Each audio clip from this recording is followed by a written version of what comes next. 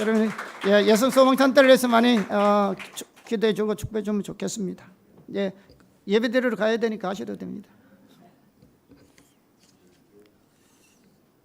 자, 기도하겠습니다. 사랑의 하나님 아버지 감사합니다. 함께 이렇게 나누고 섬길 수 있도록 도와주심을 참 감사합니다. 참 우리도 어렵고 힘들지만 더 어려운 중에서도 함께 나눌 수 있는 기쁨과 그런 은혜를 우리에게 주셔서 하나님 너무 감사합니다. 이 일에 참여하신 모든 우리 지체 한 사람 한 사람을 축복하고 또 기도하며 또 마음으로 섬긴 모든 자들도 한 사람 한 사람을 축복합니다. 함께 일에 하나님의 나라 의가 이루어지게 하시고 주님 안에 영광 받게 하시고 특별히 여성소망센터 하나님 특별한 은혜가 부어져서 그 모든 미혼모들이 정말 하나님의 사랑 안에서 또 그들의 믿음 안에서 함께 아름답게 또 가정을 세워가게 하실 뿐만 아니라 그들 또한 그들과 비슷한 처지에 있는 자들 함께 섬기며 또 나눌 수 있는 그런 사람들이 될 수 있도록 하나님 은혜를 부어 주시옵소서.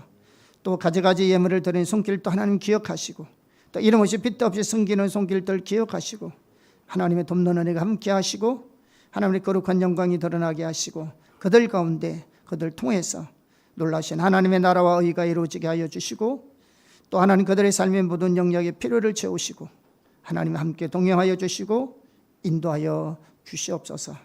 오늘도 진리로 우리를 가르치시고 성령님 특별하게 진리의 말씀을 깨닫게 하시고 우리의 삶의 길이 되게 하시고 빛이 되게 하시고 삶이 되는 은혜가 있게 하여 주시옵소서.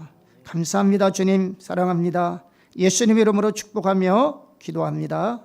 아멘. 하나님 말씀 보겠습니다. 하나님 말씀은 마태복음 5장 43절에서 48절입니다. 마태복음 5장 43절에서 48절 같이 합독하겠습니다. 또 내 이웃을 사랑하고 내 원수를 미워하라 하였다는 것을 너희가 들었으나 나는 너희에게 이르노니 너희 원수를 사랑하며 너희를 박해하는 자를 위하여 기도하라. 이같이 한즉 하늘에 계신 너희 아버지의 아들이 되리니 이는 하나님이 그 해를 악인과 선인에게 비추시며 비를 어려운 자와 불의한 자에게 내려주심이라. 너희가 너희를 사랑하는 자를 사랑하면 무슨 상이 있으리요? 세리도 이같이 아니하느냐? 또 너희가 너희 형제에게만 무난하면 남보다 더한 것이 무엇이냐? 이방인들도 이같이 아니하느냐? 그러므로 하늘에 계신 너희 아버지의 온전하신가 같이 너희도 온전하라.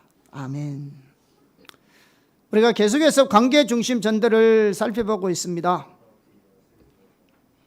우리의 신앙의 본질은 인격체신 하나님을 알고 존재를 다해 사랑하는 것입니다. 그리고 그 하나님 앞에 나아가는 유일한 길은 오직 십자가의 공로를 믿음으로 의지하여 서는 것입니다. 그런데 우리가 하나님을 알고 존재를 대해 사랑하는 하나님이 목적된 삶을 살 때 그 하나님의 사랑이 형제를 사랑함에 반드시 나타나야 합니다. 그래서 우리가 관계 중심 존재를 통해서 어떻게 하나님께서 우리의 관계의 동심원 안에 보내신 사람들을 사랑하고 그들에게 예수 그리스도를 증거할 것인가를 우리가 시리즈로 살펴보고 있습니다. 다시 말하면 나로부터 시작한 우리의 가족, 친척, 친구, 동료, 이웃, 내가 모르는 사람에 이르기까지 하나님께서 내 삶으로 보내주시는 사람들을 어떻게 사랑하고 그들을 전도할 것인가에 대해서 우리가 시리즈로 살펴보고 있습니다. 오늘은 사랑은 상대방의 필요를 채우는 것이라는 것을 살펴보겠습니다. 특별히 우리가 우리의 관계의 동심원 안에 하나님이 보내신 사람들을 어떻게 구체적으로 사랑할 것인가 라는 부분들을 살펴보도록 하겠습니다. 첫째, 사랑은 편애가 아닙니다. 자, 하나님께서 우리에게 명령하신 대로 상대방의 필요를 채움으로 사랑하는 삶을 사는 데 있어서 아주 중요한 한 가지가 뭐냐 그러면 우리가 사랑할 만한 사람만 사랑해서는 절대로 안 됩니다. 한번 같이 따라 보시고, 제가 잘 안 시키는데 한번 같이 따라 보겠습니다. 우리가 사랑할 만한 사람만 사랑해서는 안 된다.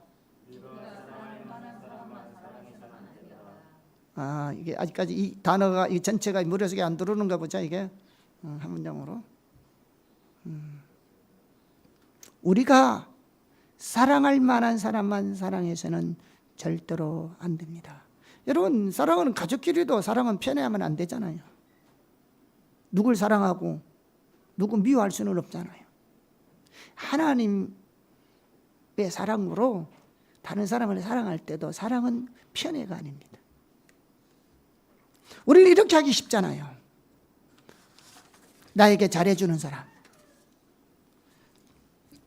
내가 사랑할 만한 사람, 내가 사랑하면 나중에 덕이 될 만한 사람을 사랑하기 쉽잖아요.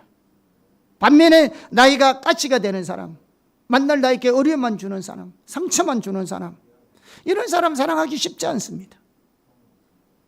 그러나 그렇게 해서는 절대로 사랑하는 삶을 살 수가 없습니다. 오늘 본문에 봐도 하늘에 계신 하나님은 그 해를 악인과 선인에게 비추고 비를 옳은 자나 불의한 자에게 주신다고 말씀하고 있습니다. 이 말은 무슨 말일까요? 자, 잠시 한번 여러분이 하나님이라고 가정해 보세요. 여러분이 하나님이에요? 자, 예를 들면 그랬습니다. 자, 그런데 한 농부가 있어요. 그 사람은 하나님을 인정합니다. 하나님께 영광 돌리고 하나님께 감사하고 하나님께 예배 드립니다. 어떻게 하든지 하나님을 기쁘시게 하려는 삶을 살려고 합니다. 반면에 또 하는 농부가 있어요. 그건 하나님을 몰라요. 하나님 인정하지도 않습니다. 하나님을 부를 때, 욕할 때만 하나님 이름을 부릅니다. 자기밖에 모릅니다. 하나님이고 다른 사람이고 없습니다. 예배도 드리지 않습니다. 자, 만일 이 두 농부 중에 여러분이 하나님이라면 어떻게 하겠어요? 누구에게 비를 주고 누구에게 해를 주겠어요? 우리 같으면 하나님께 예배 잘 드리는 사람, 그럼 비를 주고, 자밖에 모르는 사람은 저놈은 좀 정신 차려야 돼. 그렇게 생각하고 비도 해도 안 줄 텐데, 성경에 보면 하나님은 어려운 자나 불의한 자나 동일하게 해를 주시고 비를 주신다고 말씀하고 있습니다. 그러면서 한다는 말이 무슨 말입니까? 만일 너희가 사랑하는 자만 사랑할 것 같으면 세상에 지탄받는 세리와 다를 바가 뭐가 있냐?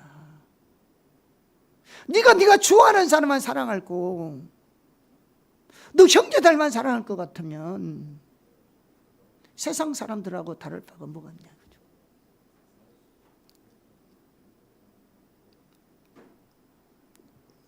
여러분은 누구세요? 크리스찬이잖아요.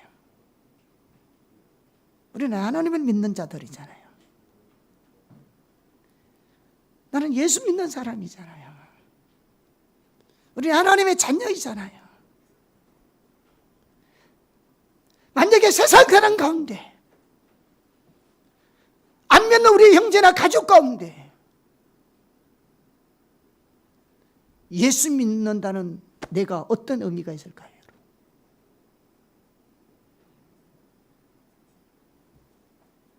예?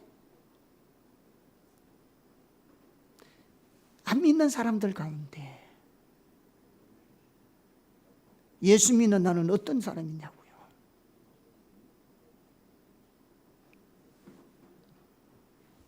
우리가 그들과 다르다는 증거가 뭐냐고요.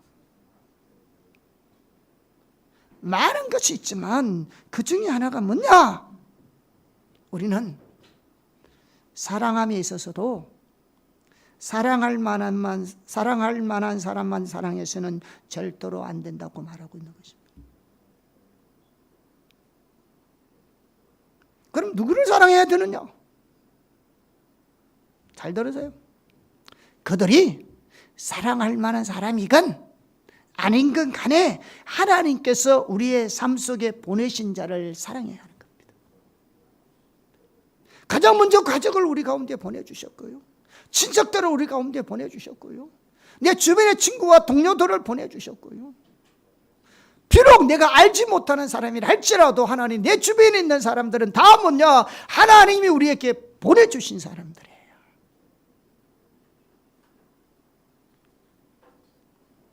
그들을 하나님이 뭐라고? 사랑하라. 사랑하라. 그래서 오늘 본문에도 원수를 사랑하고 우리를 핍박하는 자를 위해서 기도하라고 한 겁니다. 아주 오래전에 텔레반에게 우리 한국 인질이 잡혀서 2명이 순교했잖아요. 그 땅을 위해서 하나님의 순교의 피가 뿌려지게 한 것 같은데요, 성경은 뭐냐, 그들을 위해서 기도하고 그들을 위해서 축복하라고 말하는 겁니다.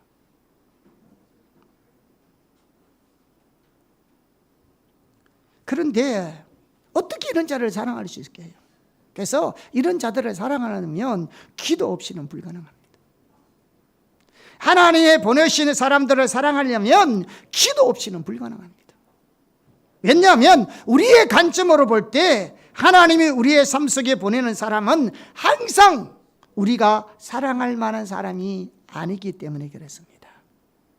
그래서 우리가 내가 사랑할 만한 사람이건 아니건 사랑하는 삶을 살려면 필수적으로는 기도하셔야 합니다. 기도하셔야 합니다. 또한 사랑은 상대방의 필요를 채우는 것이기 때문에 그 필요를 알기 위해서도 간절히 기도해야 합니다. 따라서 우리는 이렇게 기도해야 합니다. 어떻게 기도해야 하느냐? 하나님 아버지, 나로 하여금 저들의 필요를 보게 해주세요. 하나님, 제가 여기 있습니다. 하나님은 제가 감당해야 될 책임을 아십니다. 제가 어디에 가든지 누가 만나든지 소금이 되기를 원합니다. 하나님의 소금으로 상처 있는 영혼을 삼여주며 도와주며 사랑하겠습니다. 내가 그들을 위한 사랑의 통로가 되기를 선택합니다. 하나님 도와주세요. 이렇게 여러분 하나님께 기도하셔야 합니다. 이렇게 기도하면서 실제로 사랑하는 삶을 살려면 반드시 기억해야 될 것이 있습니다. 실제로 사랑하는 삶을 살려면 첫째는 사랑은 감정이 아니라 의지며 행동이라는 사실을 기억해야 합니다.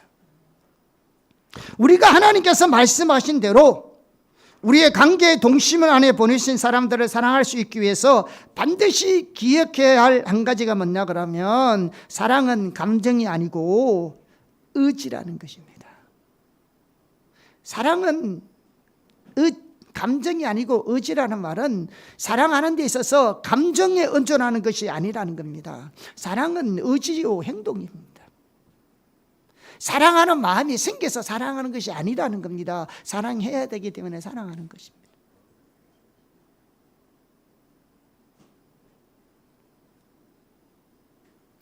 내가 사랑하기 때문에 사랑하는 것이 아니고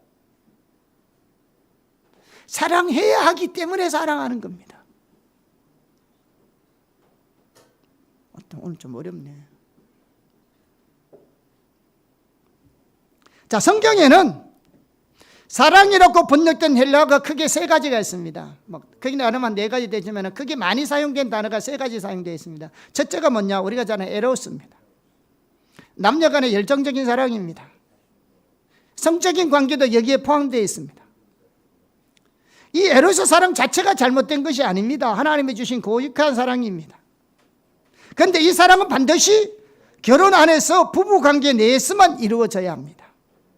그런데 오늘날 이것이 부부관계 밖에서 일어나기 때문에 하나님 앞에 많은 범죄가 일어나고 있고 수많은 아픔이 있습니다. 그러나 에로스 자체는 귀한 겁니다. 둘째는 뭐냐? 필리아입니다.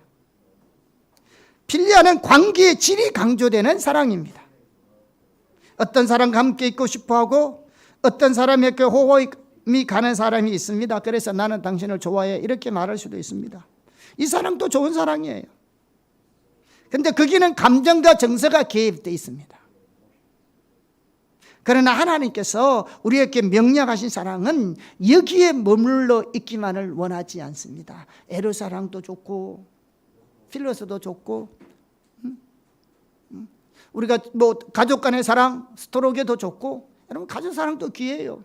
사실은 가족만이 줄 수 있는 사랑이 있어요. 남들이 줄 수 없는, 가족만이 줄 수 있는 사랑도 있어요. 그러나 하나님은 우리가 거기에만 머물러 있기를 원치 않는다고요.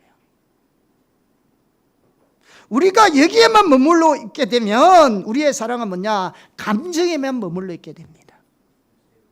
그래서 우리는 우리에게 호감이 있는 사람과 비호감이 있는 사람은 나눌 것이고요, 우리가 호감이 있는 사람을 사랑하게 되고 비호감이 되는 사람을 피할 것입니다. 그래서 왕따가 생기는 겁니다. 교회에서도 마찬가지입니다. 자기에게 맞는 사람들끼리만 모으기 원하고요, 자기들끼리만 사랑하기 원하고요, 그 외에는 관심조차도 없는 경우가 너무나 많습니다. 하나님께서 우리에게 원하는 사랑은 뭐냐? 아가페 사랑입니다. 오스카 탐스 박사님은 이 아가페에 대해서 이렇게 설명합니다. 관계중심원대에 보면 반드시 그것은 감정에 근거한 것이 아닙니다. 그것은 순수하고 논리적이며 심사숙고한 의지력의 표현입니다. 아가페란 여기에 필요가 있으니 내가 그 필요를 채워야 하겠다는 뜻입니다 라고 설명했습니다. 즉 사랑은 상대방의 필요를 채우는 것이라는 겁니다. 한 예를 들면 이 사랑에 가장 잘 표현되어 있는 것이 예수님의 십자가 사건입니다. 예수님의 십자가에 못 박혀 돌아가실 때 한 사람을 향한 인간적인 감정으로 생긴 것이 아니잖아요. 하나님께서 예수님을 십자가로 보내신 것은 어떤 감정이 아니었습니다. 그것이 뭐였느냐? 그것은 우리의 필요 때문에 그랬습니다. 예수님이 십자가에 못 박혀 죽으신 것은 그분이 우리의 죄를 보시고 우리의 죄의 문제를 해결해야 할 절실한 필요를 아시기 때문에 생긴 것이 십자가 사건입니다. 이것이 아가페 사랑이에요. 그래서 십자가의 고뇌도 초월하게 할 수 있었던 겁니다. 예수님은 십자가에서 죽으시면서 내가 너희의 필요를 채워주겠다고 말씀하셨던 것입니다. 그분은 우리의 절실한 필요를 아셨기 때문에 우리의 필요를 채워주셨습니다. 그것이 바로 우리를 죄로부터 구원하신 것입니다. 사랑은 상대방의 필요를 채우는 것입니다. 그리고 그 사랑은 바로 감정에서 나온 것이 아니고 의지고 행동입니다. 필요하기 때문에, 그 사람에게 지금 그 사랑이 필요하기 때문에 내가 좋아하든 싫어하든 상관없이 행하는 의지입니다. 이게 하나님 우리에게 원하는 사랑입니다. 뿐만 아니라 실제로 우리가 이 사랑을 기도하면서 실천하려면 기억해야 될 것 중에 하나가 사랑은 환경에서 나오지 않습니다. 사랑할 만한 환경이니까 사랑하고 그렇지 않으면 사랑하지 않는 것이 아닙니다. 사랑은 그보다 훨씬 깊은 동기에서 나오는데 사랑은 환경을 초월합니다. 나중에 제가 설명하겠습니다. 우리가 사랑을 어떤 동기에서 사랑해야 되는지. 그리고 세 번째, 진정한 사랑은 사랑에 대한 어떠한 보답을 기대하거나 바라서는 안 됩니다. 이런 것들을 인식하지 못하면 우리는 하나님이 기뻐하시는 사랑할 수 없습니다. 절대로 못합니다. 사랑은 대가 바라는 게 아닙니다, 여러분. 그 사람에 대한 어떤 보답을 바라거나 어떤 기대를 바라서 하는 것이 아닙니다, 여러분.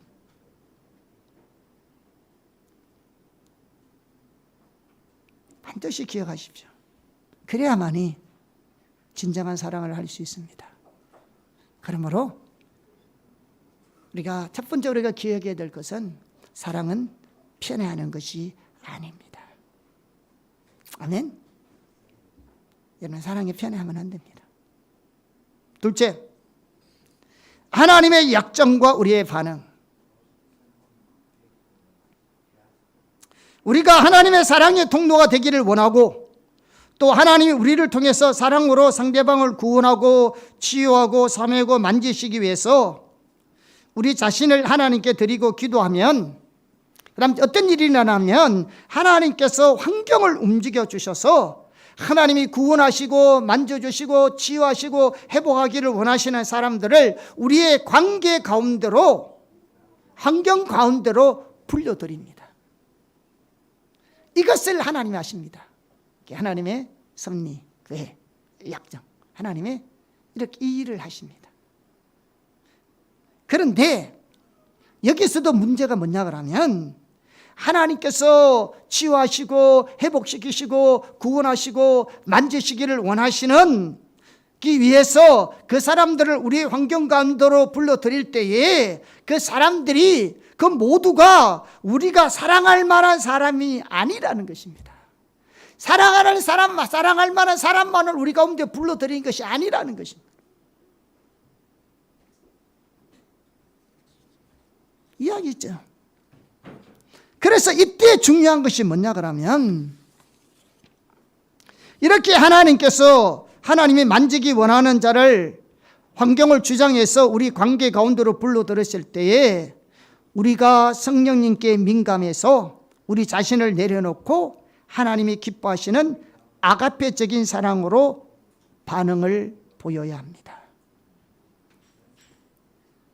그때 하나님께서 우리를 통해서 그들을 구원하기도 하시고 치유하기도 하시고 회복하기도 하시고 그들을 만지시고 치유하시는 놀라운 역사를 나타내시게 되는 것입니다. 반대로 우리가 그렇게 반응을 보이지 않고 섬기지 않을 때 하나님이 보내신 기회가 소멸될 수 있다는 사실입니다. 우리 가운데 하나님 많은 일들을 행할 수 있었는데 우리가 제대로 반응을 보이지 못해서 우리를 통하여 하나님이 행하실 일들이 많이 못하고 있는 것이 많이 있습니다.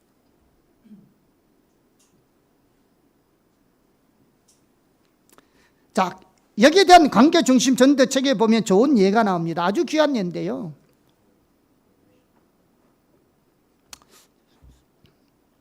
어떤 예냐면, 한 번은 지금 오스칸 탄스 박사님이 교수님이라 했잖아요.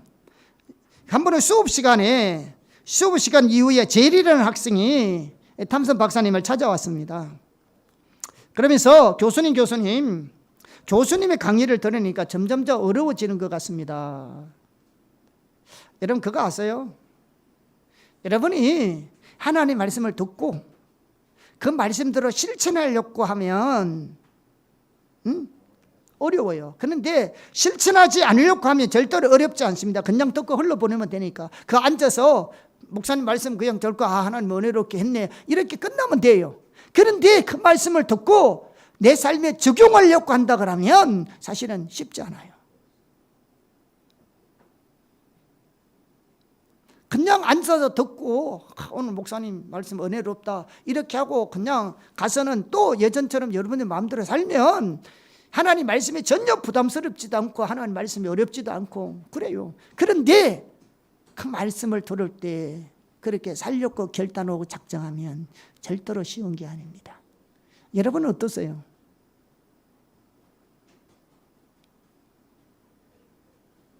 여러분은 어떠냐니까. 오늘 많은 사람들이 예배를 그냥 1시간 예배 드리고 가는 것으로 족하게 생각하는 거죠. 그래서 예배 자체에 예배 가운데 하나님 만나려고 오지도 않고 기대감도 없고 오늘 하나님 뭘 하기를 원하시는지도 들으려고 생각도 않고 그래서 예배 1시간 드리는 그 자체로 만족한다면 여러분은 진짜로 타락한 사람이고요.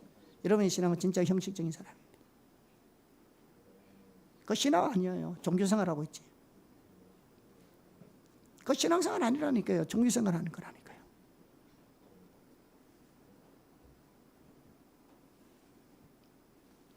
그래서 탄슨 박사님이 이렇게 말했어요. 무슨 일이 있느냐고 물었어요. 그러자 제리라는 학생이 이렇게 말씀합니다. 교수님 말씀하셨잖아요. 하나님께서 환경을 움직여서 사람들을 나의 생각 안으로 인도해 주신다고 하셨는데 그리고 그때 그들에 대한 나의 반응으로 그들에게 복음을 전할 수 있거나 아니면 못할 수도 있다고 하셨잖아요. 그런데 저는 실패하고 있는 것 같습니다. 이렇게 말하더래요. 그래서 교수님이 다시 무슨 말이냐고 물었어요. 그랬더니 저렇게 이렇게 말합니다. 그러면서 자기 얘기를 하는 겁니다. 아마 신학교가 달라스에 있는데 그러니까 달라스까지 자기가 사는 곳이 한 30마일 되는가 봐요. 그래서 달라스까지 30마일 되는데 학생들이 틈나는 대로 아르바이트를 해야 되잖아요. 그런데 오토바이를 타고 다닌대요. 그런데 어느 날 자기가 아르바이트하는 가운데 주차를 했는데 자기와 똑같이 생긴 오토바이가 있더래요. 그런데 자기가 보니까 그 오토바이에는 이렇게 백밀이 없었던 거죠. 거울이 없더라는 거죠. 그런데 일을 마치고 나오는데 자기 오토바이에 거울은 없고 아까 없었던 오토바이에 거울이 있는 거예요. 그런데 자기 거울에다가 표시를 해놨기 때문에 그 거울을 보니까 자기 거더래요. 그게 뭐야? 얘가 제리 거를 훔쳐간 거죠. 그래서 화가 나가지고 그 거울을 다시 빼가지고 자기 오토바이에다 달고는 오토바이를 뻥 차버린 거죠. 그런데 또 뻥 차놓고 갈 수가 없으니까 또 그걸 또 바로게 해놓고 뭐 이렇게 해서 집에 가니까 30분이 넘게 걸린 거죠. 그런데 문제는 뭐냐? 집에 와서 있는데 성령님이 그걸 다루시는 거죠. 잘 들으세요. 그런 행동은 집에 와가 있는데 성령님이 그걸 다루시는 겁니다. 뭐냐? 그동안 교수님한테 뭘 배웠겠어요? 사랑은 상대방의 필요를 채우는 것이다 했는데 자신의 모습은 그 사랑과는 너무나 멀어져 있는 것 같더래요. 설교 시간에 들은 게 아니고 그들은 학교에서 배웠다고요. 신학교에서.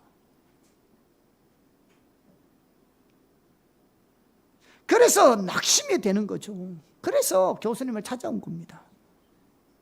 배운 것과 자기의 삶의 모습이 너무나 거리감에 있는 거죠. 그렇게 성령님이 비추신 거죠.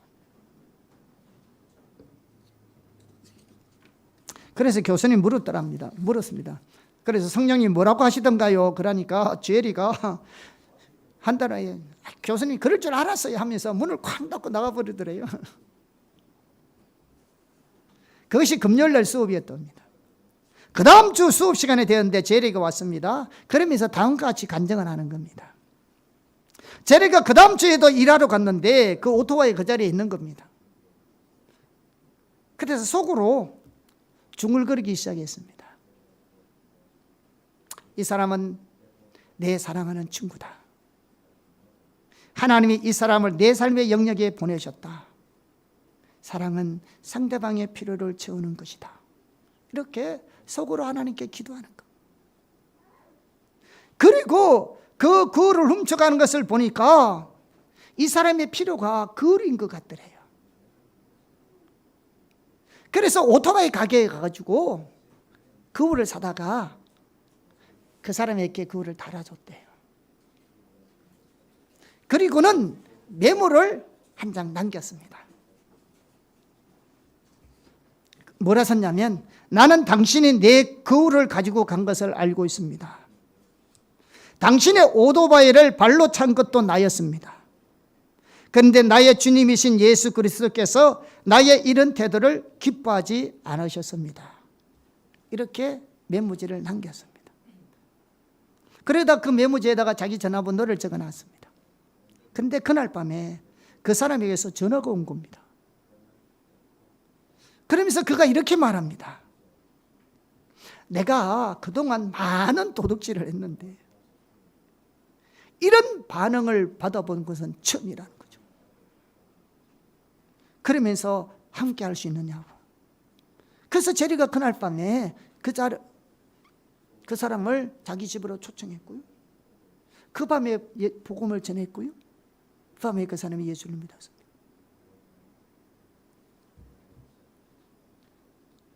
우리가 어떻게 반응하느냐 이거죠. 만약에 거기서 끝내버렸다면 어떻게 그 영혼이 하나님께서 죄를 통해서 구원하기를 원하시는 일이 이루어졌겠냐. 하나님께서는 그 재리있게 하셨던 것처럼 우리의 환경 속으로 사람들을 인도하십니다.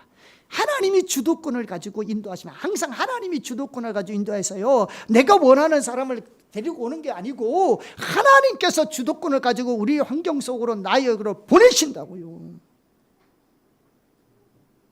그런데 그 보내시는 사람이 내가 항상 사랑할 만한 사람은 아니다고요. 이런 사람도 있다고요.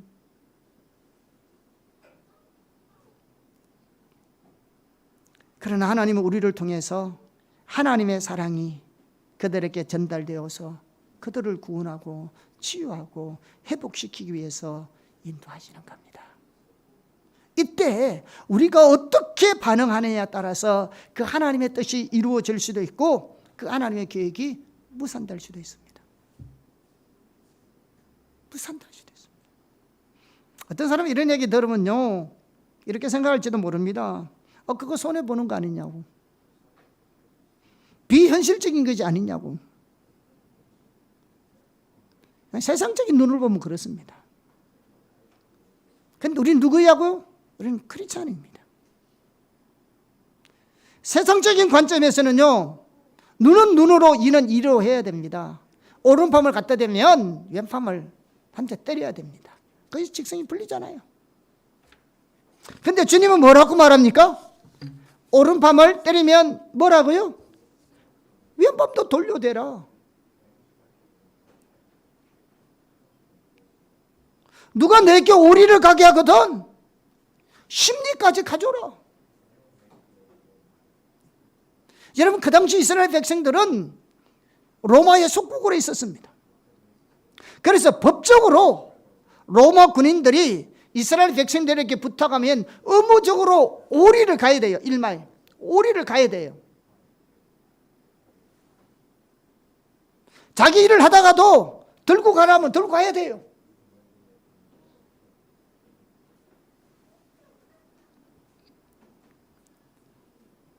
들고 올 때 대다수 사람들 뭡니까? 불평하고 원망하고 하겠죠.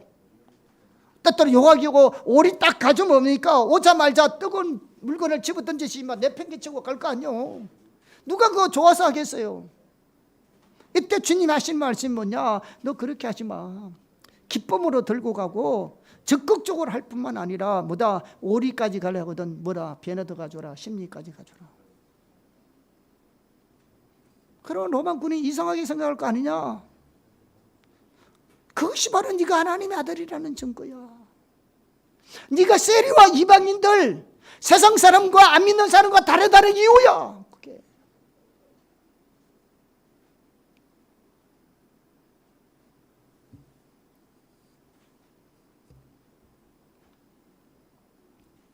그렇게 말씀하시는 겁니다.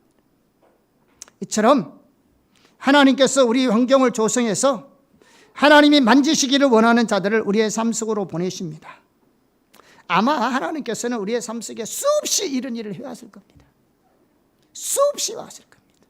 그때 우리가 어떻게 반응하느냐에 따라서 하나님의 뜻이 이루어지기도 했을 것이고 쏟아지기도 했을 것입니다. 우리가 기회해야 할 것은 하나님의 환경을 조성해서 그런 사람들을 보내실 것인데, 우리가 잘못 행동하면, 다시 말하면 육신에 따라서 반응한다든가 내가 선호하는 대로 반응을 한다면, 그래서 하나님 명령에 순종하지 않으면 복음을 증거할 기회를 놓칠 뿐만 아니라 하나님의 뜻과 목적을 이룰 수 있는 기회를 놓치게 되고, 중요한 것은 뭐냐? 성령을 소멸하는 죄를 범하게 됩니다.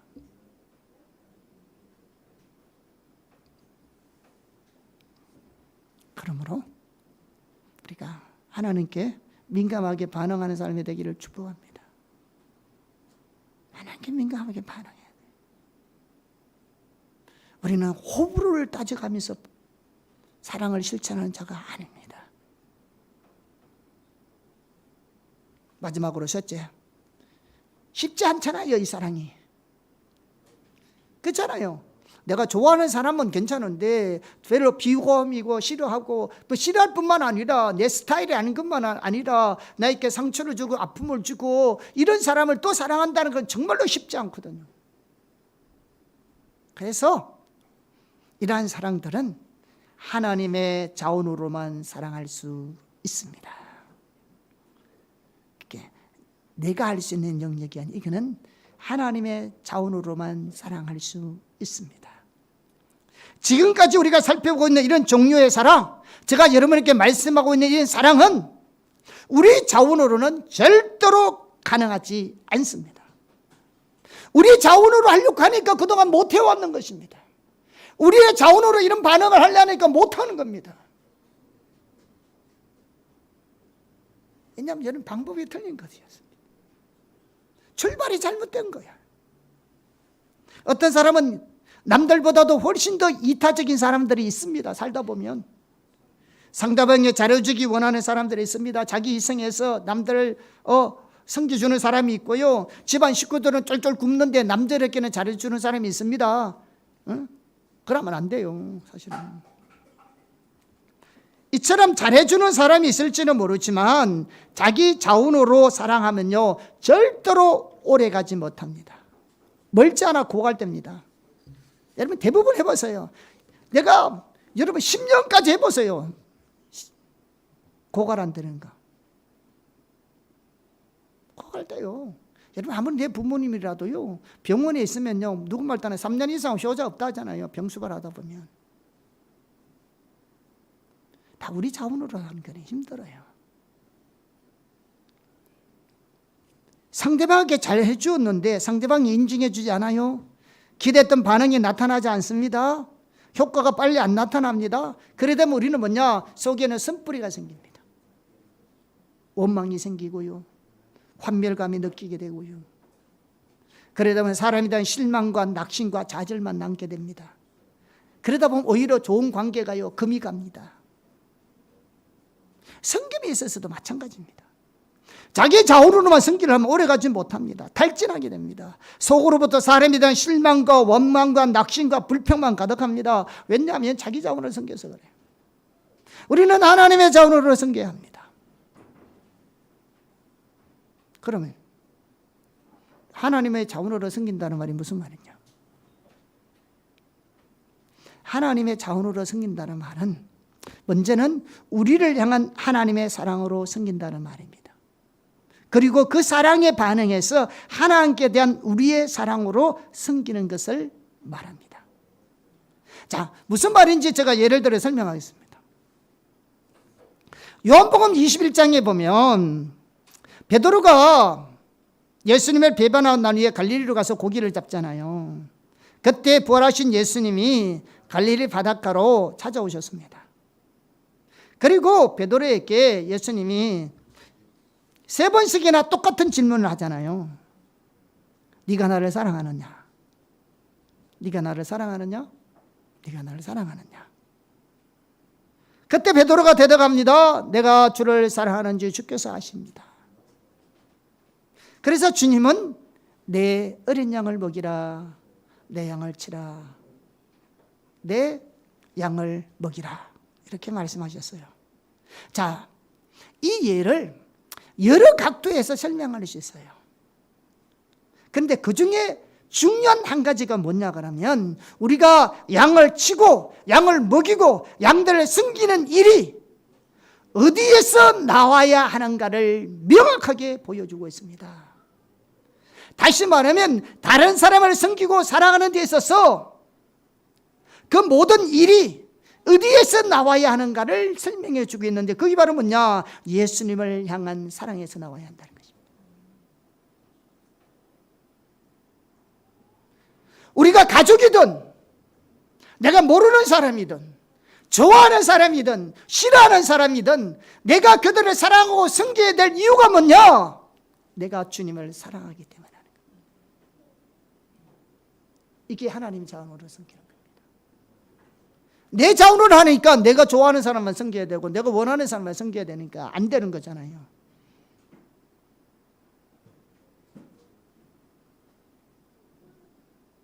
하나님은 이렇게 말씀하신 사랑은 하나님의 자원으로만 가능한 겁니다. 이 모든 진정한 섬김은 내가 주님을 얼마나 사랑하느냐에 달려 있습니다. 우리는 때로는 많은 돈을 희생하고 진액을 쏟아가면서 섬기고 헌신할 수 있습니다.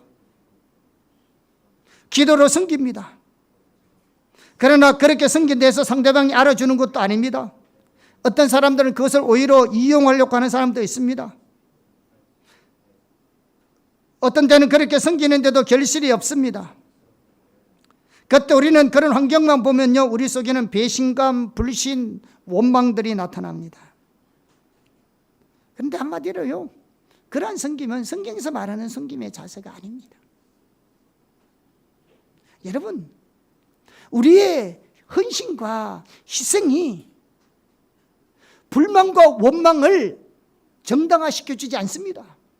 나는 이렇게 너를 위해서 희생했기 때문에, 내가 너를 열심히 섬겨줬기 때문에 네가 잘못한 것을 나는 화를 낼 수 있어. 이거 정당화 안 되는 거예요, 여러분. 내게 너만큼 내가 쏟아부어 줬기 때문에 나는 너에 대해서 분노하고 화낼 수 있어. 이거 안 된다고요. 아니라고 이게. 왜냐하면 올바른 섬김과 헌신은 우리의 마음의 자세와 태도에서 나오는 건데,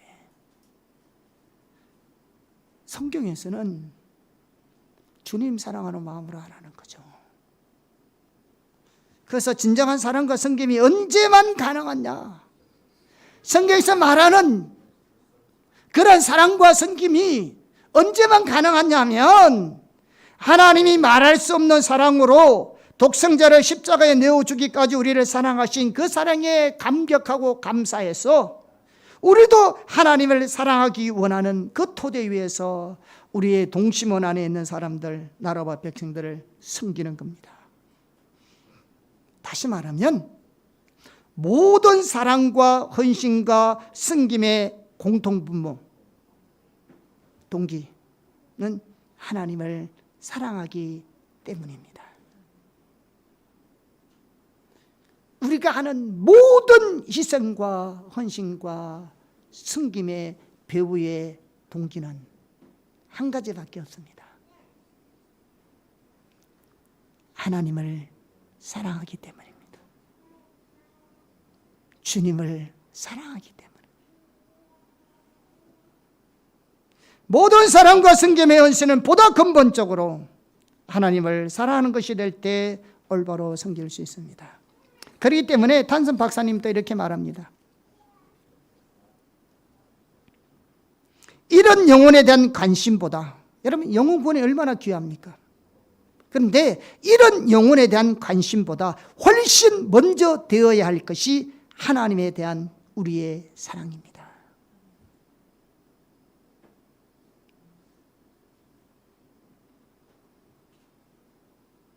영혼 구원, 헌신, 희생, 섬김 다 귀중한 것입니다. 그런데 그 이전에 우리에게 뭐가 먼저 있어야 되냐면 하나님에 대한 사랑의 마음이 있어야 합니다. 하나님에 대한 사랑의 마음이 있어야 한다고요. 그래서 여기서 중요한 것이 있습니다. 이 하나님에 대한 우리의 사랑이 언제 생기느냐면 하나님의 사랑이 우리 속에 넘쳐야 가능한 겁니다. 그리고 그것이 이웃을 사랑할 수 있는 능력을 줍니다. 사도 바울의 경우를 보면 이 점을 잘 알 수 있습니다. 우리는 사도 바울이 교회와 이웃과 영혼들 향한 섬김을 너무너무 잘 알고 있습니다. 성경에 보면요, 바울은 스스로 교회와 모든 사람의 종이 되었다고 말합니다. 그런 성도들에게 복음뿐만 아니라 할 수 있으면 자기 목숨까지도 넣어주기를 기뻐했어요. 뿐만 아니라 사도 바울은 다른 모든 사도들보다도 더 많이 수고했을 만큼 그의 헌신과 희생은 참으로 컸습니다. 그런데 사도 바울이 그렇게 한 이유가 뭐냐? 그렇게 할 수 있었던 이유가 뭐냐? 그리스도의 사랑이 강건하여 그 일을 감당했다는 겁니다. 성경 한번 보겠습니다. 고린도후서 5장 14절입니다. 같이 읽어보겠습니다. 시작. 그리스도의 사랑이 우리를 강건하시는도다. 우리가 생각하건대 한 사람이 모든 사람을 대신하여 죽으신즉 모든 사람이 죽은 것이니라. 여기 보세요. 뭐가? 그리스도의 사랑이, 하나님의 사랑이 그 속에 부어지니, 주님의 사랑이 그 속에 부어지니 그 사랑이 다른 사람을 섬기고 이승하고 헌신케 했다는 겁니다. 우리는 당연히 의무감으로도 섬겨야 합니다. 그것은 분명히 성경적입니다. 그러나 우리를 향한 하나님의 사랑으로 인한 간격 없이, 다시 말해서 하나님의 사랑이 우리에게 능력을 부여해 줌에 없이 우리가 의무감에서만 섬기면 우리는 무지 안에서 탈진하고요, 지치고요, 오히려 사람에 대한 배신감만 또 원망만 남게 됩니다. 대부분 여러분 보세요. 따라서 우리를 향한 하나님의 사랑을 알고 감격하고 감사하고, 그래서 우리도 그 하나님을 사랑하고자 하는 열정과 열망이 먼저 있어야 합니다. 아멘. 그 다음에 그 하나님을 사랑하기 때문에 우리가 가족과 형제와 이웃을 사랑하는 것입니다. 이 순수가 너무 중요합니다. 이 순수가 너무 중요하다고요. 로라야. 올리구나. 여러분, 이 순서가 너무 중요해요. 우리가 이 순서가 안 돼 있으니까요, 신앙생활에서도 영적 진리 가운데 순서가 너무 중요합니다. 이런 것들이 안 돼 있으니까 안 되는 겁니다. 여러분, 부부간에도 항상 좋은 것만 아니잖아요. 그리고 서로 다투다 보면은 꼴 보기 싫잖아요. 여러분은 안 그런가 본데 가끔 그래요. 싸우다 보면 그런 거죠.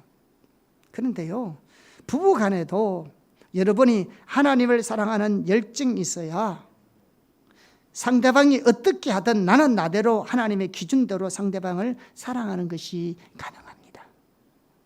반면에 여러분이 하나님을 사랑하지 않으면요, 가장 가까운 남편이나 아내나 가족들이나 친척들 사랑할 수 없습니다. 여러분.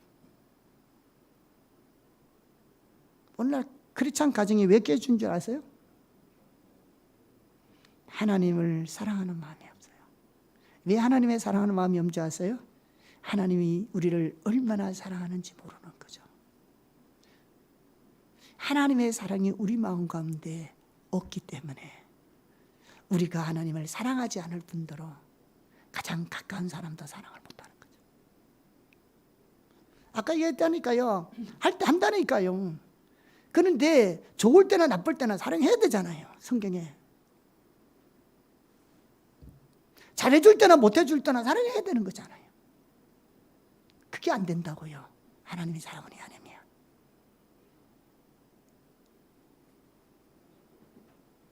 그러니까 크리스찬 가정이 무너지는 겁니다.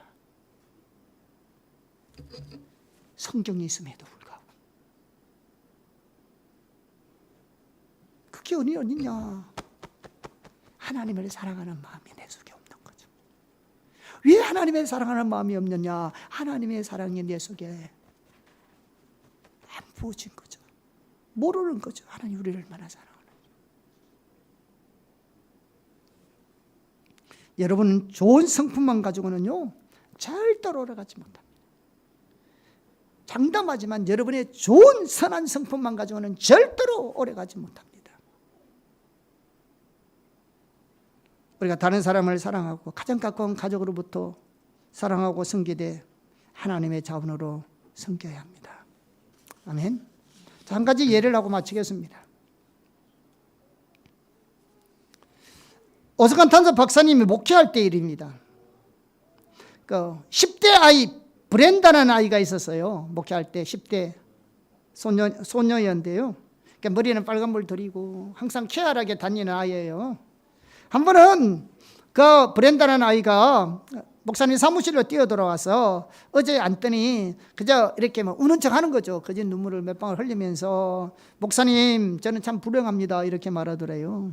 그래서 왜 그러니까 이 브렌다는 아이가 아무도 나를 사랑해 주지 않아요 이렇게 말하더래요. 그래서 목사님이 무슨 소리냐, 내가 네 부모들 잘 아는데 네 부모님들이 새롭게 사업을 시작해서 바쁠지는 모르지만 그분들이 너를 얼마나 사랑하는지 내가 잘 아는데 무슨 말이냐. 그리고 내가 네 친구들도 아는데 그들이 너를 사랑하는데 무슨 소리냐. 그래서 그 여자의 브렌다가 하는 말이 아닙니다. 그들은 나를 사랑하지 않아요. 나를 사랑하는 사람은 한 사람도 없어요. 아무도 나에게 관심 가져주지 않아요. 나는 정말로 죽고만 싶어요. 그렇게 말하더래요. 보통 때 같으면 이렇게 말할 때 목사님이 어린아이잖아요. 10대니까 이렇게 감싸주고 이렇게 다독거려주고 또 사랑받고 싶어 하니까 이렇게 어루만져주고 했다는데 근데 그날은 이렇게 말했어요. 브렌다야, 너 크리스찬이지? 그랬더니 그 아이가 잠깐 충격을 받더래요. 깜짝 놀라는 거예요. 그러면서 브렌다가 왜 갑자기 크리스찬이라고 물어보세요? 이렇게 물어보더래요. 그래서 목사님이 한단 말이 하나님은 너를 통하여 하나님의 사랑이 다른 사람에게 흘러가도록 너를 창조하였다. 잘 들으세요. 하나님은 너를 통하여 하나님의 사랑이 다른 사람에게 흘러가도록 너를 창조하였다. 그런데 너는 그 사랑의 물길을 거꾸로 돌리려고 하니까 네가 불행한 거야. 그것이 바로 네가 불행한 이유임을 네가 알아야 된다. 여러분 보세요. 하나님은 우리를 통해서 하나님의 사랑이 다른 사람에게로 흘러가도록 창조하였습니다. 그런데 하나님의 사랑의 물꼬를 돌려서 상대방의 사랑이 나에게로 오려고 노력하니까 스스로 불행한 겁니다. 서로가 불행한 겁니다. 잘못된 것입니다. 그래서 탐슨 목사님이 브렌다에게 계속 이렇게 말합니다. 네가 창조적 목적대로 하나님의 사랑이 올바르게 진행된다면 너는 그런 비참한 생각을 절대 하지 않을 거예요. 아까 뭐라고 했다고요? 죽을 뻔 같다고요. 그 10대 손녀가. 너는 사랑을 하도록 지음을 받아서 그 사랑이 너를 향해서 너 쪽으로 흐르게 하는 것은 고여있는 연못과도 같은 거야. 브렌다야, 너는 지금 흐르지 않는 연못과도 같아. 너는 가서 사람들의 필요를 채워주어야 해. 그들이 위대한 사람이라고 느낄 필요도 없고 어떤 감정을 느끼지 않아도 돼. 그러나 마음속으로 이렇게 기도하기를 선택해야 돼 하면서 기도하는 걸 가르쳐 줬어요. 사랑하는 하나님, 당신께서 제 길에서 만나게 하신 사람들이 누구든지 저는 그들의 필요를 채워주기를 원합니다. 그렇게 결단하고 내일부터는 이제 네가 네 주 예수 그리스도께 필요한 사람이 되어주기를 바란다. 예수님께 필요한 사람이 되어주기를 바란다. 하나님과 친밀한 개인적인 시간을 갖고 이제 누군가를 사랑하기를 힘써보라. 이렇게 말했어요. 그러면서 목사님이 이렇게 물었답니다. 너는 네가 가장 사랑하기 어렵다고 느끼는 사람이 누구니? 이렇게 물었대요. 그러니까 생각지도 않고 곧바로 뭐라고 말하냐면 주디요 이렇게 말하더래요. 그래서 목사님이 그가 누군데 그러니까 그가 신입생인데요. 그 바보 같은 애예요. 통학버스를 같이 타고 다니는가 봐요. 버스를 함께 타고 근데 타기만 하면 탈 때부터 내릴 때까지 잔소리만 해요. 너무너무 지겨워요. 그것도 신입생이.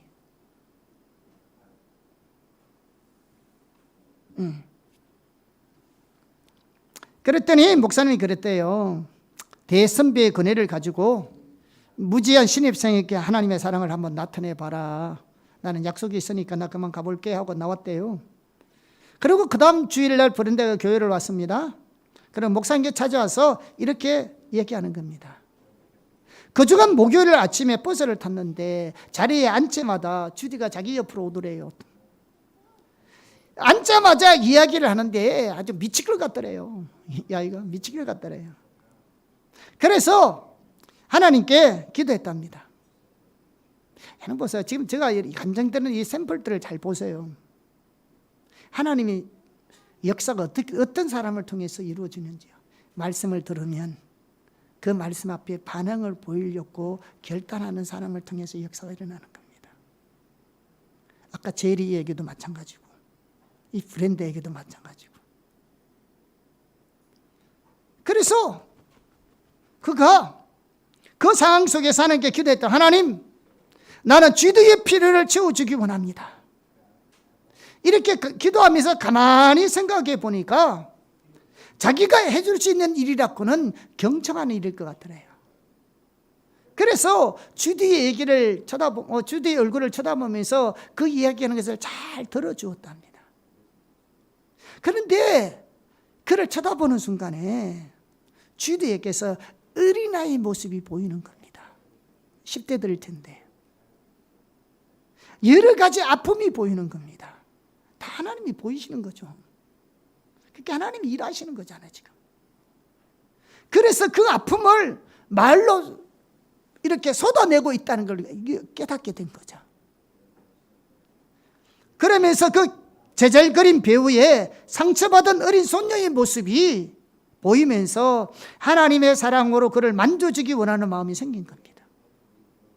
그래서 들으면서 이렇게 묻는 거죠. 그래, 너 부모에 대한 얘기를 해봐. 너 가족에 대해서 얘기해봐. 엄마는 어떠니? 아빠는 어떠니? 이 동생과 오빠에 대해서, 너 가족에 대해서는 어떠니? 이제 물어봤대요. 이래 물어보니까 갑자기 잠잠해지더래요. 그러고 난 후에 입을 여는데요. 브렌다야, 지금은 내 아빠와 엄마가 지금 이혼하려고 해. 나는 두려워. 어쩌면 우리가 이사 갈지도 몰라. 나는 나의 세계가 산산조각같이 나는 것 같아. 산산조각이 나는 것 같다. 이렇게 얘기하더랍니다. 그래서 브렌다가 어떻게 하나님의 사랑을 주디에게 나타낼까 고민하다가 그냥 가만히 이렇게 안아주는 건 좋겠다고 생각이 들었대요. 그래서 이게 많이 이렇게 안아줬대요. 안아주고 이제 통합복사 학교에 도착해서 내렸는데요. 내리고 나자 주디가 브랜드에게 나와서 꼭 안아주면서 한다는 말이 뭐냐. 나는 언니를 사랑해요. 이렇게 말하더래요. 아까까지만 해도요. 그 말에 지겨워서 아가 죽을 것만 같은 애가 이 주디를 사랑하고 포용하여 하나님의 사랑을 전달한 거죠. 하나님은 하나님의 사랑으로 상처당한 자를 치유하고 이런 영혼을 구원하고 억압하는 자들을 자유하기 위해서 우리의 삶 속에 사람들을 보내십니다. 쉬없이 보내십니다. 근데 우리는 우리의 관점에서